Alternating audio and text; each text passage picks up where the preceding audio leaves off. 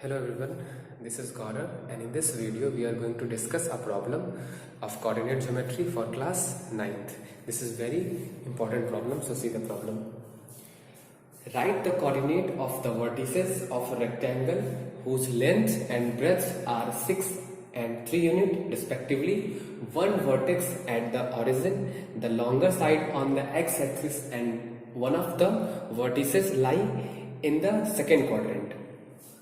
तो इस प्रॉब्लम में आपको कोऑर्डिनेट बताना है किसका, रेक्टेंगल का। ठीक है, रेक्टेंगल कैसा होता है आपको पता होगा। रेक्टेंगल कुछ ऐसा होता है, इसमें कितना वर्टेक्स होगा, इसमें 4 वर्टेक्स होंगे, ए बी सी डी। तो उसका चारों वर्टेक्स आपको बताना है। ठीक है, जिसमें से आपको लेंथ और ब्रेड्थ कितना दिया है, 6 और 3। तो ये आपका 6 और 3 दिया हुआ है। एक वर्टेक्स जो है वो कहां पे है, ओरिजिन पे है। तो एक वर्टेक्स कहां है, ओरिजिन पे है। और आगे क्या बोला है, the longer side on the x axis, मतलब ये कहां पे है, एक्स एक्सिस पे है।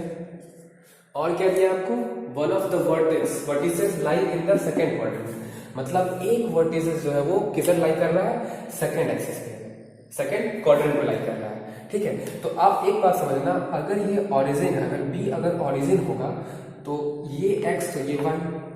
मैं जरा फिगर बना के दिखा रहा हूं आपको। ये एक्स और ये वाई, और ये नेगेटिव साइड ऑफ एक्स और ये negative side of y. So see this, अगर आप इसे ओरिजिन कह रहे हो ना, ये ओरिजिन है, इसका कोऑर्डिनेट होता है 0 0। तो एक आपका ओरिजिन पे है और एक एक्सिस, एक वर्टिसेस लाई करता है सेकेंड क्वाड्रेंट में। तो आप थोड़ी देर के लिए आप समझना, क्या ये पॉइंट या ये पॉइंट इसमें से कौन सा सेकेंड क्वाड्रेंट में हो सकता है। देखो, ये अगर ओरिजिन है तो इसका मतलब ये क्या होगा, वाई एक्सिस या एक्स एक्सिस। हाँ, तो ये तो सेकेंड क्वाड्रेंट में हो नहीं सकता है। ठीक है, तो अगर आप इसे एक एक्सिस मानते हो तो ये दूसरा एक्सिस होगा, अगर आप इसे एक्स मानते हो तो ये वाई होगा, और अगर इसे आप वाई मानते हो तो ये आपका एक्स होगा। तो ये पॉइंट और ये पॉइंट में से दोनों में से कोई तो सेकंड क्वाड्रेंट में हो नहीं सकता है, तो यही पॉइंट सेकंड क्वाड्रेंट में हो सकता है। हाँ, तो अब इसको मैं उधर बना के अच्छे से समझा रहा हूं आपको। तो आपने इसको मान लिया जो ये आपका ओरिजिन है। ठीक है, तो ओरिजिन है, आगे मैं पढ़ रहा हूं, लेंथ उसका दिया है 6 और उसके बाद ब्रेड्थ दिया है 3। एक वर्टेक्स ओरिजिन, तो एक वर्टेक्स ओरिजिन आ गया। The longer side on the x axis. अब एक्स एक्सिस अगर ये बोल रहा है तो या तो ये इस तरफ हो सकता है, नहीं तो इस तरफ हो सकता है। तो अब जैसे हमें अब ये समझना होगा जो इस तरफ होगा या इस तरफ होगा। ठीक है, तो उसके लिए आप देखो, एक और चीज आपको दिया हुआ है, one of the vertices lie in the second quadrant, मतलब एक वर्टेक्स जो है वो कहाँ है, सेकेंड क्वाड्रेंट में लाई कर रहा है। तो अगर आप इस तरीके से मानते इधर लेंथ, तो ऐसा बनता कुछ, तो एक वर्टेक्स तो कहां चला गया, फर्स्ट क्वाड्रेंट में चला गया, तो ये तो हो नहीं सकता है। तो आप लेंथ किस तरफ लोगे, लेंथ आप लोगे negative side of y axis, ये आपका लेंथ होगा। ठीक है, 6 यूनिट। और अगर ये लेंथ हुआ तो ये क्या होगा, ब्रेड्थ होगा। तो बनाते हैं रेक्टेंगल।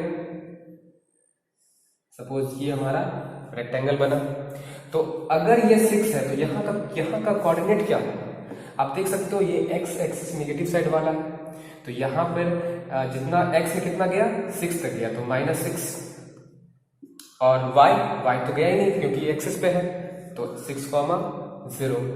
इस तरफ आते हैं, इसका कोऑर्डिनेट ढूंढते हैं।